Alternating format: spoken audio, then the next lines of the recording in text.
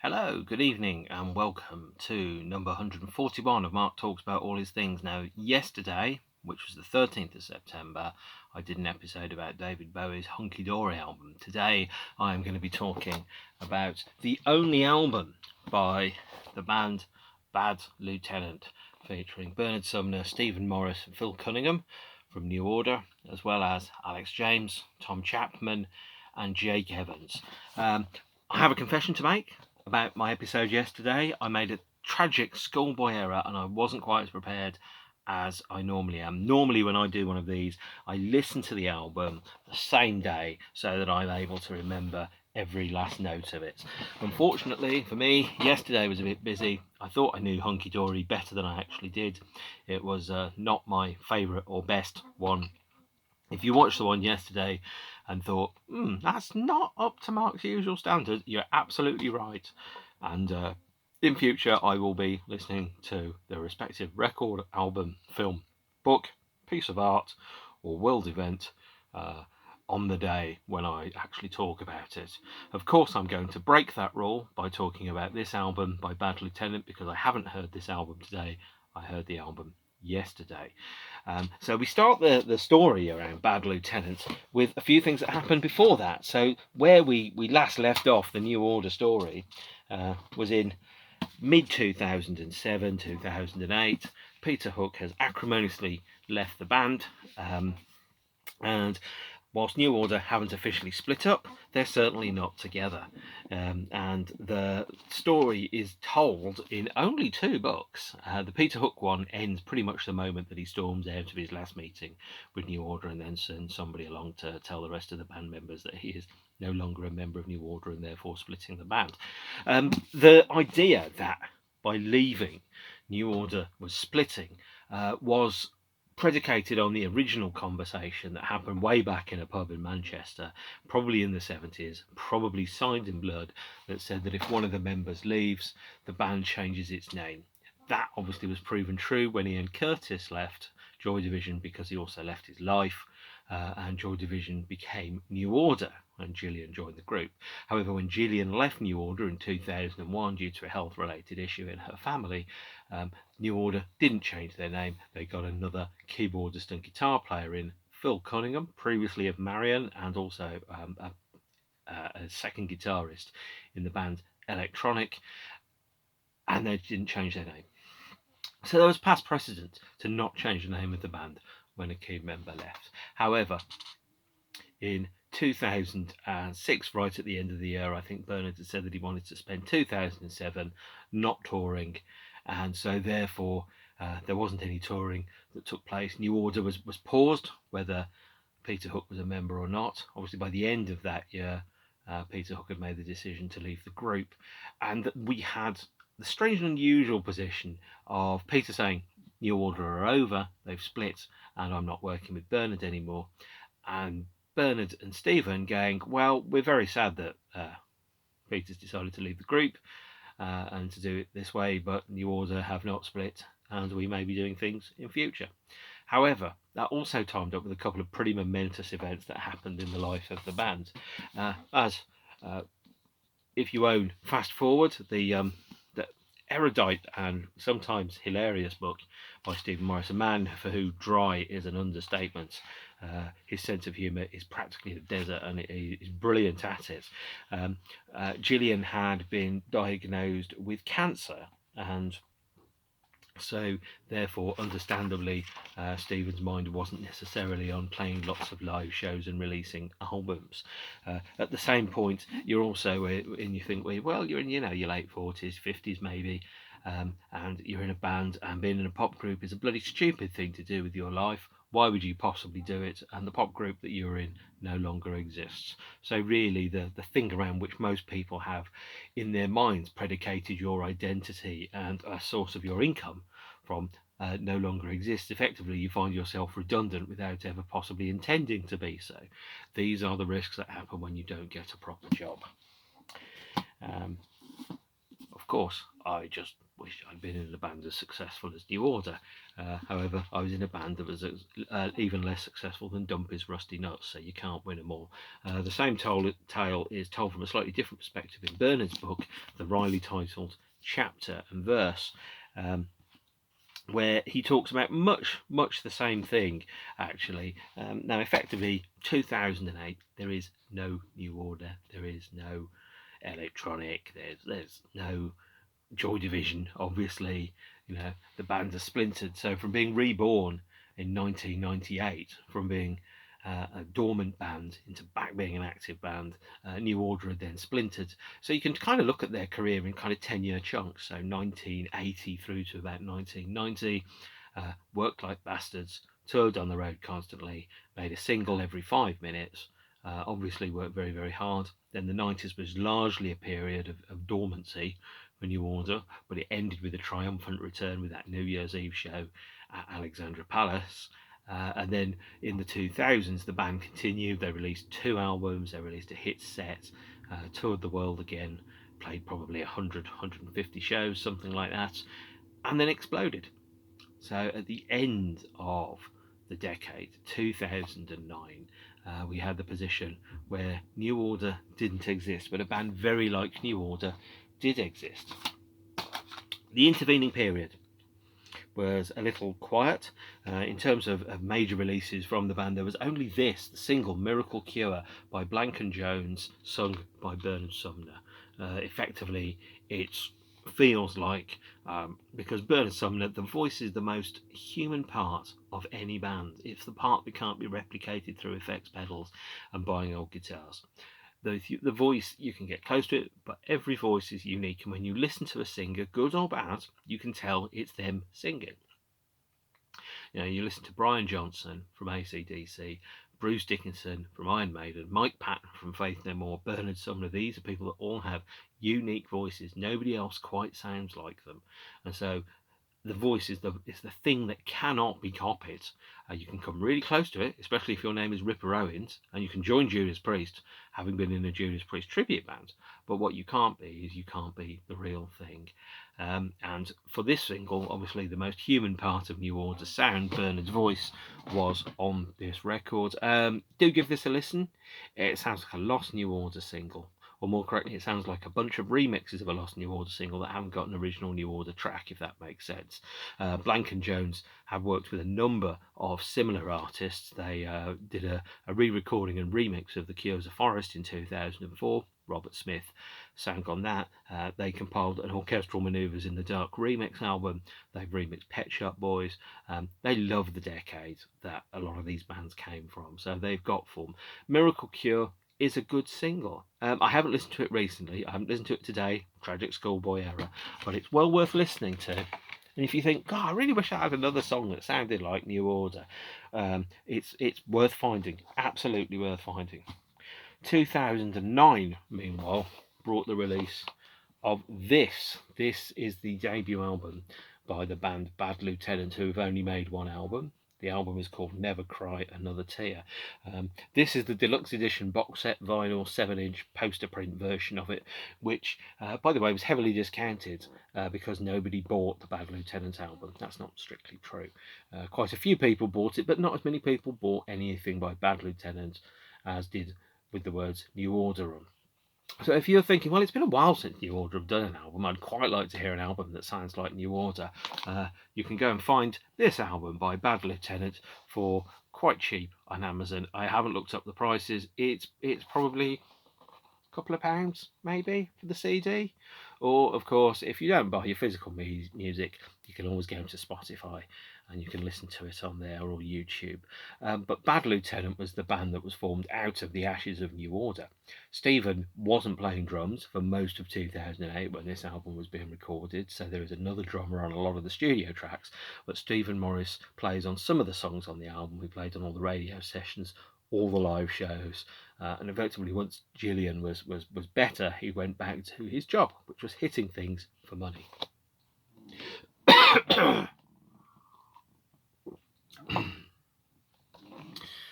The rest of Bad Lieutenant, the 3 core members of Bad Lieutenant that were there during the writing and recording of the album, are on the sleeve.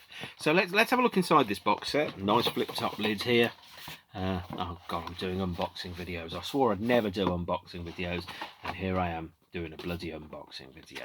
Well, I am nothing if not a complete hypocrite, as people will frequently point out to me, because I once said that I hated the Beatles and now I quite like it. But I reserve the right to change my mind. It is, of course, a privilege to be able to do so. So the Bad Lieutenant box set, the album Never Cry Another Tear, is released in a number of editions. Probably the best version to get is the CD in the digipack that has 14 tracks. So it's got the 12 tracks on the standard album plus 2 extra bonus tracks. If you buy the box set version, you also get a 7-inch single of Sinkhole Swim with an acoustic mix of Sinkhole Swim and a track called Higher, Wider, Deeper. Higher, Wider, Deeper is on the Japanese CD of the album. You also get this very tasty double vinyl of the Bad Lieutenant album, Never Cry Another Tear. And I want to talk about this album in quite some detail. The first fruits of the Bad Lieutenant project, although I hate the word project, came with an appearance on the Sky Arts Songwriter Sessions. Which it was a program called the Songbook, where songwriters played and talked about songs, and they played their preferred versions or acoustic versions of some of their songs. Jarvis Cocker appeared on the show, Brett Anderson appeared on the show, Bernard Sumner appeared on the show, and Bernard played 4 songs on that. He played an acoustic version of Love Will Tear Us Apart, an acoustic version of Bizarre Love Triangle, an acoustic version of Getting Away With It, and then finally a new song called Sinkhole Swim, which was the lead single of the album. Although physical singles were pretty rare at this point, so there was only a 7-inch of Sinkhole Swim, and then there was I think a promotional CDR of both Sinkhole Swim and a track called, I think, either Dynamo or Poisonous Intent. And this is the booklet that comes inside the box set version. There is Jake Evans. Jake plays guitar and sings. He also played in a band, the name of which I have forgotten, who supported New Order in 2006. I thought it was worth my while going to the pub instead, not knowing that I was going to see a man who was, or more correctly, I was avoiding the man who was going to join a band with Bernard Sumner. There's the 3 official members of Bad Lieutenant, although there's just one of them. You can see Stephen in the background, you can see Bernard on guitar, and then you can see Phil Cunningham there, one of the luckiest people in the business, in my opinion, because he got to join the band that lots and lots of people wish they could get to join, and he got to do the job that lots of people wish they could get to do. I'd love to be in New Order. I think I'd be brilliant at it. My only thing that holds me back is I don't know anyone in the band. I'm absolutely terrible at playing a musical instrument, and they didn't ask me. So that's 3 reasons why I'm not. Nonetheless, the Bad Lieutenant album came with this booklet, and it had some interesting Peter Saville style graphics. I'm not sure if Peter Saville actually designed it. The box set version of it also came with a print. This is it. That was also later used as the cover for the second single, which I think was Poisonous Intent. And again, there was no physical release of Poisonous Intent apart from some CDRs. But we do get the album, double album. Now, the thing with Bad Lieutenant is that it sounds like the guitar version of New Order, but without Peter Hook on bass, which obviously is exactly what it is, which is it's Bernard and Stephen with Phil, Jake Evans and Tom Chapman on bass. And if you wanted an album that sounded like New Order but wasn't New Order, effectively the missing link between Waiting for the Sirens Call, Lost Sirens and 2015's Music Complete album, the Bad Lieutenant album is exactly where to go. So, aside from the fantastic sleeve there, which I think is super mega reflective and looks cool and sexy and all kinds of things, and I mean really that would make a great t-shirt, and it did make a great t-shirt. Of course I didn't buy the t-shirt because I didn't like the t-shirt at the time. I now have buyer's remorse about that. We've got a double album. Here's the vinyl edition. The gatefold sleeve is frankly a little bit rubbish, because all you've really got up there is a series of production credits, which tells you that the guest musicians Tom Chapman, Matt Evans, Alex James, Jack Mitchell and Stephen Morris, and it's produced by Bernard and Bad Lieutenant, and it's recorded in Stephen's studio on a farm in Macclesfield. So the booklet, I'm really hoping the booklet gives you the individual guide as to who plays on what song. I really do hope so, because my memory is not that good. Yes, it does. So we've got Jack Mitchell, who plays drums on many of the tracks. Matt Evans plays drums as well. Stephen appears on drums on one or two songs, Poisonous Intent in particular. We also got a bass player called Tom Chapman. So bass duties on the album are split between Alex James, who plays bass in Blur, and Tom Chapman, who is a French musician who moved to Manchester. And Tom later became New Order's bass player. So effectively, if you saw Bad Lieutenant live, you were watching 80% of the band that was going to be the current lineup of New Order. And it really, if I'm honest, it really felt like I was watching the next evolutionary stage of New Order when I was watching Bad Lieutenants. Without Peter Hook, but that was really the only thing that was tangibly different. So the album, Never Cry Another Tear, is it any good? Well, get it on Spotify and find out. I rate it. What it is, though, it's a very guitar-based album, and we're not talking about the kind of spiky, aggressive guitar playing which Bernard was so good at in Joy Division. We're talking about perhaps a more languid, more relaxed, more sedate version of guitar playing. So what we found is, and I'll be really honest, I prefer Bernard when he works with computers and synthesizers and drum machines. I don't think his guitar playing is as inventive as it used to be. And that's in no way a criticism. I just think he's probably more interested these days in making music with computers than guitars. So when Bernard writes a song on guitar, I don't think those songs are as distinctively Bernard-esque, if that's a word, as the songs where he's working with other musicians and computers. So the album opens with Sinkhole Swim, first single from the album. Again, charted at something like a number 78 for a whole week. And the reason for that is, much like Pet Shop Boys, much like Depeche Mode, the bands were aging and their fan base was aging, and they weren't bringing in new fans, and that is in no way a criticism of them, but some bands don't bring new fans in with each new album. They have the same established fan base that they always did. And there was a second double whammy, which is that the loyalty was divided. Some people went Team Hooky, some people went Team Bernard, some people, of which I was one, liked both, kind of edged a little bit more towards one side than the other, but we bought the stuff and we went to the shows because, well, frankly, how often are you going to get to see a member of New Order play live? And remember, I spent almost all of the 90s being an enormous fan of New Order and never knowing if I'd ever get to see that band play live, which of course I did do many times. And I'm very grateful and jealous of myself. I'm sounding very Derek Smalls there. Also, what I will say about Bad Lieutenant is they were playing smaller venues. The name recognition of New Order wasn't there. So if you were in New Order and New Order were playing, they were playing maybe to 5,000, 10,000 people, maybe headlining shows in South America. If they were playing under the name Bad Lieutenant, some of the shows were 500 to 1,000 people in size. I saw them twice in London. I saw them at Heaven, which is underneath the Charing Cross train station in an alleyway, which has a capacity of, I think, 1,100. And then I also saw them at the Camden Electric Ballroom, which is a little bit bigger, has about 1,300 people in it. And Heaven was where New Order played, I think, their first London show in 1981. And Camden Electric Ballroom was where Joy Division played their largest major London headline show in 1979. So imagine 30 years after, going back to the venues that you played on the way up, and there's the cliche that you play some venues on the way up and some venues on the way down, and they're always the same ones. Well, frankly, it wasn't that Bad Lieutenant were on the way down, it's just people weren't able to necessarily attract the name New Order and attach that to what Bad Lieutenant were. And there's also that inherent stigma that comes around a solo project, which is in some way less important, less valuable, more diluted. So if you've got maybe one or two guys from New Order instead of four guys from New Order, it can only be half as good as New Order. Well, frankly, that's complete fucking bollocks. Sorry to swear, but it is complete bollocks, because Bad Lieutenant is not half strength New Order. It's something completely different. It's a more guitar-based album. It's kind of like what you would have expected maybe Electronic's fourth album to be, a mixture of electronics and guitars without Peter Hook's bass all over it.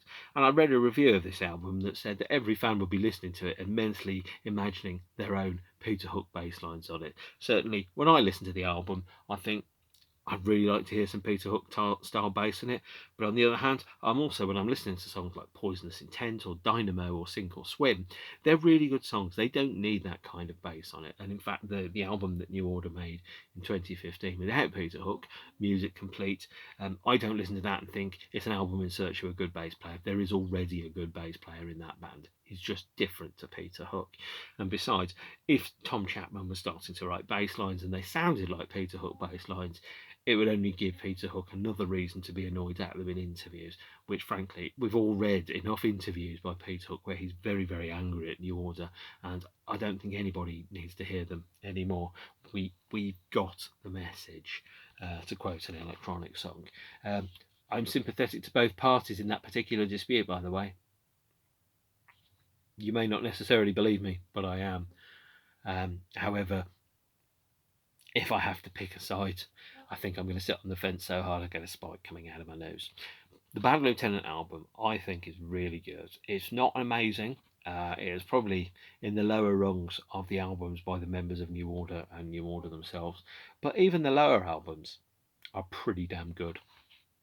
A Sinkhole Swim is a fine single. The problem is, there's nothing new in Sinkhole Swim. There's nothing new in any of the songs on the album, because when you've invented half of popular music, then no matter what you do, you can never be that inventive again. Much like Kraftwerk were so futuristic, so innovative, so much at the cutting edge of technology, is that by the time the future caught up with them, they began to look like relics of a future that never happened. Bad Lieutenant are a great band, really good. Really enjoyed them. The shows were great, but they're not New Order, and that meant was that it was more like a guitar-based bunch of New Order songs, and I prefer New Order when they play the more synthy electronic stuff. If I have to pick, I'd rather not. I'd rather just have the lot. But there's lots of good songs on here. So particular songs to hang out, or particular songs to highlight on it are Sinkhole Swim, Twist of Fate, Dynamo, and Poisonous Intent. Those are my favourite songs on the album. And there are remixes of Twist of Fate, Dynamo, and Poisonous Intent, which also kind of highlight that perhaps the band agreed with me. Now, the live shows around about this period were absolutely brilliant, by the way. So I was getting to see effectively 3/4 of New Order with 2 new members playing really, really small venues. The kind of venues that if you followed New Order around, you would probably have last seen them play in around about 1984. From a career perspective, that's not great. From an income perspective, it's not great. From an ego perspective, it's not great. From a fan's perspective, I did feel a degree of vindication. I'm like, I'm one of the hardcore here. I'm still paying attention, and seeing Bad Lieutenants and seeing songs like Love Will Tear Us Apart, Temptation, Bizarre Love Triangle performed in tiny clubs. It's a different experience to seeing them performed at your local O2 Arena or your local park. These are songs that work just as well in small rooms with low ceilings and big lights as they do in big rooms with very high ceilings. Maybe playing a show in Preston on a rainy Wednesday in March to 350 people could be seen by some people as being quite depressing. From my point of view, it's probably better than having to go to work 5 days a week. And Bad Lieutenant were not, a huge touring operation. I think they played something like 24 shows between September 2009 and their last show, which was I think at Capel's Fawn, at a hall on May 20th 2011. I think that was their last show. So they only played shows for about 18 months. They were due to play an American tour in 2010, which was cancelled thanks to the Icelandic volcano, which grounded a lot of flights. The second time they tried to do it, there was another reason why they couldn't make it.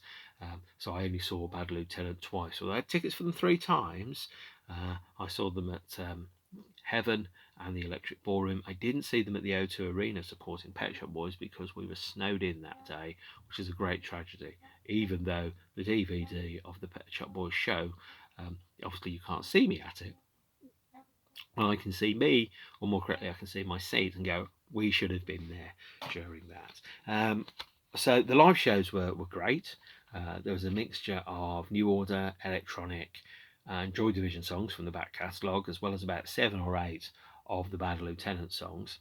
They played, if I remember correctly, Sinkhole Swim, Twist of Fate, Summer Days, This Is Home, Running Out of Luck, Dynamo, Poisonous Intent, Shine Like the Sun. From Joy Division, I think they played Love Will Tear Us Apart and sometimes Transmission. From New Order, they played Ceremony, Crystal, Temptation, Bizarre Love Triangle. It was quite unusual because these were shows without Blue Monday, without True Faith, without The Perfect Kiss. They also played the song Out of Control, which Bernard had played on with the Chemical Brothers, and the electronic track Tighten Up. So it was a good overview of Bernard's past career, obviously with Stephen Morris playing the drums as well. So I was really pleased to see those shows and to have those set lists shaken up a little bit. The album now, I don't know if the vinyl version is readily available. It probably isn't. It's a good pressing if you're into vinyl. Vinyl was pretty much dead, so this was probably a once and John blink and you'll miss it kind of pressing here. But it's a good, well pressed, loud double album in black polyline sleeves. If that's the type of thing that you're into, I'm just into buying awesome music. And it's a double LP. Now the vinyl version of the album has the standard configuration of the main core 12 tracks, which is the standard version of the album. There was also, as I've mentioned, there was a deluxe edition of the album on CD. This is the sealed version that came in the box set that features 2 extra tracks, Falling Trees and Split the Atom. If you were in Japan, you got the extra track Higher, Wider, Deeper. If you bought the box set, you've got the Sinkhole Swim acoustic version plus the track Higher, Wider, Deeper. There are 2 other Bad Lieutenant studio recordings which circulate as well, which I'm going to mention in a minute. And there are also remixes of Dynamo and Poisonous Intent and Twist of Fate, and there was a single version or a single remix of Sinkhole Swim. The remixes of those tracks were largely available as download only, which are not exciting download only packages. They're all on YouTube these days. I'll post links to them. But the remix of, I think it's Poisonous Intent, had a different arrangement. It started the way that the live version of the song started. So on the studio version of, I think it's Poisonous Intent, it could be Dynamo, it started with a gentle fade in of a strummed acoustic guitar.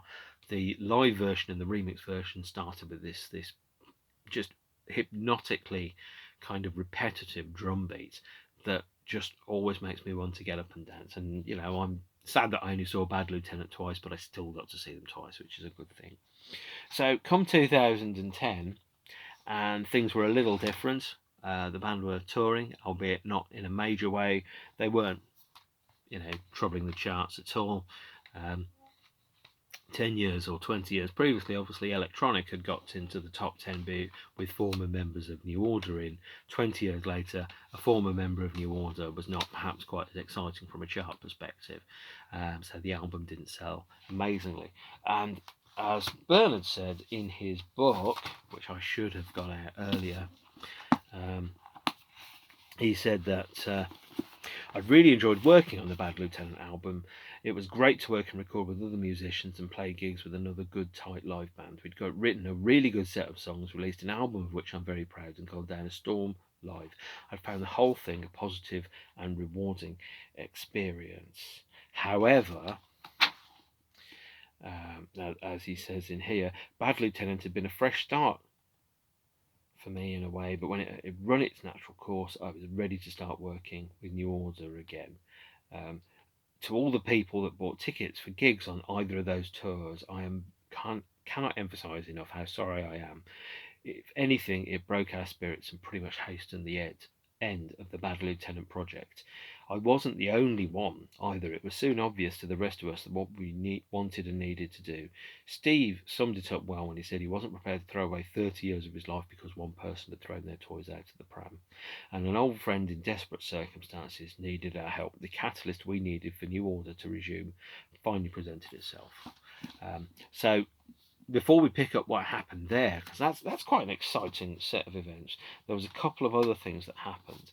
Bad Lieutenant kind of reached an end in the summer of 2011. The tour and the cancellation of the tour, I think, had probably broken the band's spirits a little bit, and so they never got a chance to play live in America. They never got a chance to play live as much as they wanted to because of both visa issues and then because of a volcano. I think the volcano is a very, very good reason not to tour, by the way. 2010 saw the release of a couple of other things which kept the fires warm. Now, I can't remember if this was late 2009 or early 2010. The two albums were finally put back into print on CD on LTM Records with bonus tracks. I've probably mentioned this in a previous episode, but if you want to get the other two albums, these are the editions to get. They've got extra remixes and bonus weird stuff on it. And if you ordered them from the label LTM, you were able to get a CDR with a number of unreleased songs on. The unreleased songs being Auto Sound, Sawdust, a previously unreleased mix of Moving On, a rare mix of Innocence that was only previously available on vinyl, and a couple of remixes of Selfish and Tasty Fish. That wasn't the end for the other two.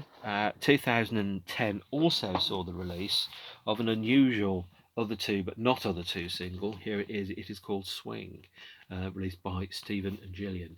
It is available as a 12-inch with a remix CD that's inside the sealed package. I haven't opened this. I probably should have done, but I got the songs anyway. Swing is designed to be listened to as the soundtrack to an exhibition which was called Champagne Ardennes 2010. Sorry if I've mispronounced that. It's a soundtrack by Gillian and Stephen, and it has an inside and an outside, depending on which side of the track you listen to. The inside is designed to be listened to indoors and to replicate the experience of being indoors, so it sounds like a New Order song or another two instrumental track. The outside mix sounds like it's being listened to through an open door and it's being played inside another room, and it's an alternate version of the track. There's also, I think, 6 remixes, including remixes by Factory Floor on Swing. And 2010 also saw the release of, I think, one extra Bad Lieutenant track on this compilation album 31. It might be 2011. This song is called Feed the Fire. It's not available anywhere else. There's also a cover version of Elvis Presley's In the Ghetto, which is on a compilation album called 1969. And obviously hearing Bad Lieutenant perform In the Ghetto, which I must try and resist not to sing in a Cartman voice, was quite an experience indeed. Also, if you want to hear Swing and you want to hear some other tracks from around about the same time, please do get this here. New Order presents B Music, a compilation album of their production activity, some solo activity, and some extra bits and bobs. The 3 CD version of this is a monster, and it goes on forever, and it's got Swing and a number of other tracks on it, as intimated in the Bernard Sumner book. Summer of 2011 saw Bad Lieutenant come to a close. Gillian had completed living with cancer, and she had defeated it, survived that, and was ready to take up her rightful place, playing back again with New Order, which is something that she missed. And the opportunity presented itself. Michael Schamberg, who directed some of New Order's videos, had become extremely very poorly indeed. And he had some problems raising money for his medical bills.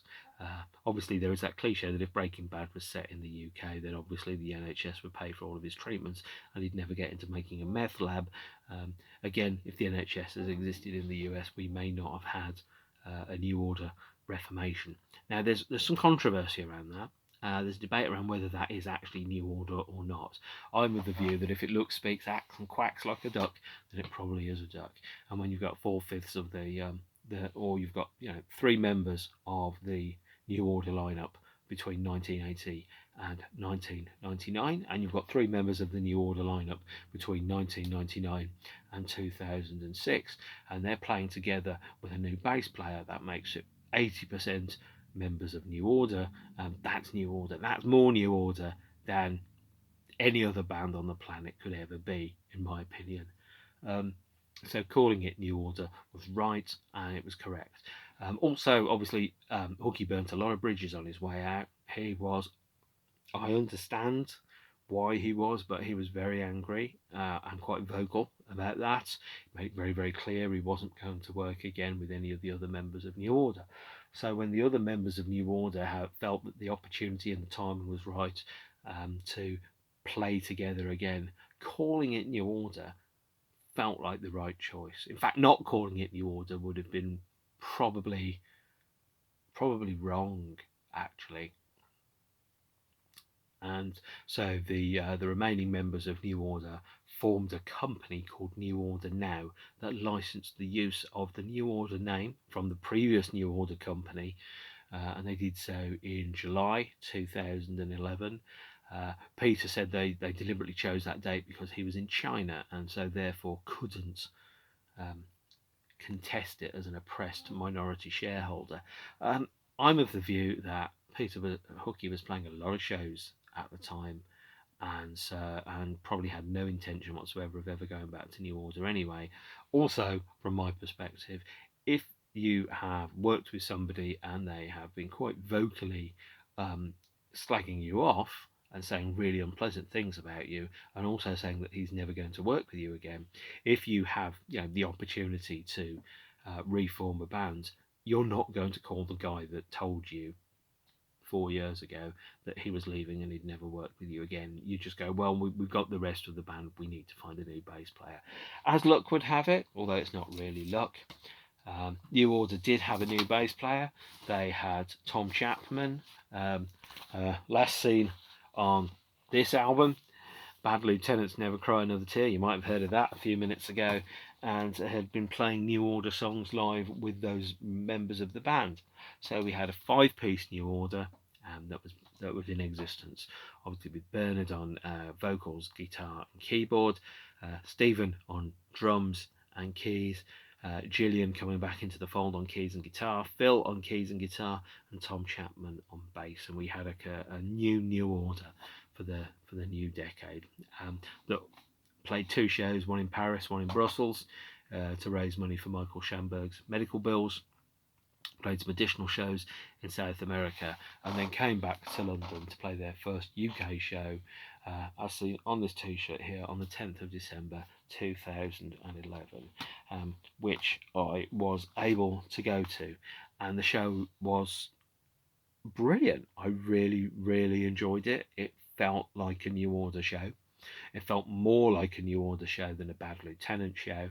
Bad Lieutenant felt like a continuation of New Order. So if you're a fan of Depeche Mode, when Alan Wilder left Depeche Mode in 1995, Depeche Mode got a drummer, Christian Eigner, and a keyboard player, Peter Gordino, to play live with the band. It was an evolution of Depeche Mode, and Bad Lieutenant felt like an evolution of New Order. But when Gillian came back to the group, it felt like it was New Order again. It was just New Order with a different bass player. It was one hell of an experience, actually, to get tickets to see them at the London Troxy, because I thought I'd never see New Order again. I thought Bad Lieutenant would be the closest I got, and being able to see Bad Lieutenant is still pretty exciting. In the summer of 2011, Total was released. Total is the best of New Order and Joy Division, and Stephen and Bernard were doing interviews as New Order, promoting the album. And Total is yet another compilation album that details the evolution from Joy Division to New Order, running from Transmission through to a previously unreleased song called Hellbent. And Hellbent is the only previously unreleased song that appears on Total. It's an outtake from the Lost Sirens album, so effectively it's a new Order song. Not that New Order could agree on much, at this point, but they agreed on yet another compilation album. And Total is, in my opinion, probably not exciting, practically useless, but if you want a catch-all best of that gives you a guided tour of all of the New Order and Joy Division's best songs, it's as good as anything else there is. It selects generally one song from each album as it goes through, and a number of key non-album singles as well. It really is a kind of dip your toe into the water sampler. If you like Total, you've got an amazing journey ahead of you. Of course, I already knew everything on Total. I owned it several times. Then we had the release of the first official New Order live album. This was released as a mail order only release on a CDR, released by a firm called Live Here Now. And Live Here Now specialised in recording shows and releasing them and selling them on CDRs at the back of the venue at the merch stall 10 minutes after the band came off stage. Because the Live at the Troxy release had a different set of artwork, it also had a different set of photographs and credits and things. This was available in the post. It wasn't available at the show, and so this is a double album on CD of the entire of the Troxy show. Inevitably, it will get a Record Store Day vinyl edition release at some point. But also, I think there's a confidence in this because the band are effectively saying, we're confident enough in our performances to now release live albums. They'd always been reticent about releasing live albums, but at this point they were confident enough to go, we will do a live album and we will release it. And it is pretty much warts and all exactly as I remember it. Every statement, every cough, every bit and bob of the show. It's a great live album. It takes me right back to that moment when I was right down there in that pile of middle-aged bouncing disco dads singing along to a fantastic 10-minute version of Temptation that also includes, apart from Lou Reed's Street Hassle. The set list on this, it cannot be sniffed at, actually. It's also one of my favourite New Order set lists because it's only got one Joy Division song in that set. So it opens with Elijah. I've not seen the band perform that before. Fantastic track live. Crystal, Regret, Ceremony, Age of Consent, which I've not seen perform live by any member of New Order, Love Vigilantes, Crafty, 1963, first time I saw them play 1963. Again, I don't know why they don't play 1963 more often. It's a banger, really great track. Then we've got Bizarre Love Triangle, a new arrangement of True Faith, 586, first time I'd seen any member of New Order play 586, and it was New Order. Perfect Kiss, Temptation, Blue Monday, and Love Will Tear Us Apart. It was a great show, actually, a really great gig. It felt like a rebirth. It felt like perhaps a safer version of New Order, but New Order were notoriously hit and miss up until this point. And when they hit, they would touch the stars, and when they missed, they went crashing into the bottom of the earth. But this was perhaps a band with slightly lower highs, but also a heck of a lot less deeper lows. And so there was a band that was more reliable, more dependable. I dare to even say it, professional. They'd finally worked out how to be a great live band on a consistent basis by the time that they were playing these shows with Tom Chapman. Great live album, also available on YouTube as a full live playlist, fan cam version of the show. I couldn't believe it. New Order were back. I was able to see New Order again. I got to see Bad Lieutenant. I got to see effectively 3/4 of New Order in really, really small rooms. I was then seeing New Order themselves in really quite small rooms, and it was a way of, I think, reclaiming the band. And I completely understand both Bernard, Phil, Gillian, and Stephen's point of view, which is between them. They had put nearly 100 years of their lives into being into this band. You know, Bernard and Stephen had put both probably 32, 33 years into the band. Phil had been invested in the band for 10 years. Gillian had spent 20 years in the band. So that's nearly 100 years of time playing in New Order. And it was, I think it was right for them to continue under the name. I understand the point of view that says no hooky, no New Order. Bands change, they evolve, they become different, not necessarily better, not necessarily worse.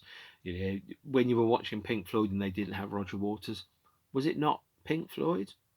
Did it feel like Pink Floyd? I saw Pink Floyd at the Royal Albert Hall in 2006, only for 3 songs, but it felt like I was watching Pink Floyd. I saw Pink Floyd with Roger Waters. That felt like I was watching Pink Floyd. I saw New Order with Peter Hook. I saw New Order without Peter Hook. It feels like I'm watching New Order both times. It feels in the way that some solo bands definitely don't feel like you're watching the band. Seeing New Order with and without Peter Hook felt like I was watching New Order. Seeing Dave Garn as a solo artist definitely didn't feel like I was watching a Depeche Mode show. It felt like I was watching the guy from Depeche Mode sing Depeche Mode songs with guys that he knew that were playing rock versions.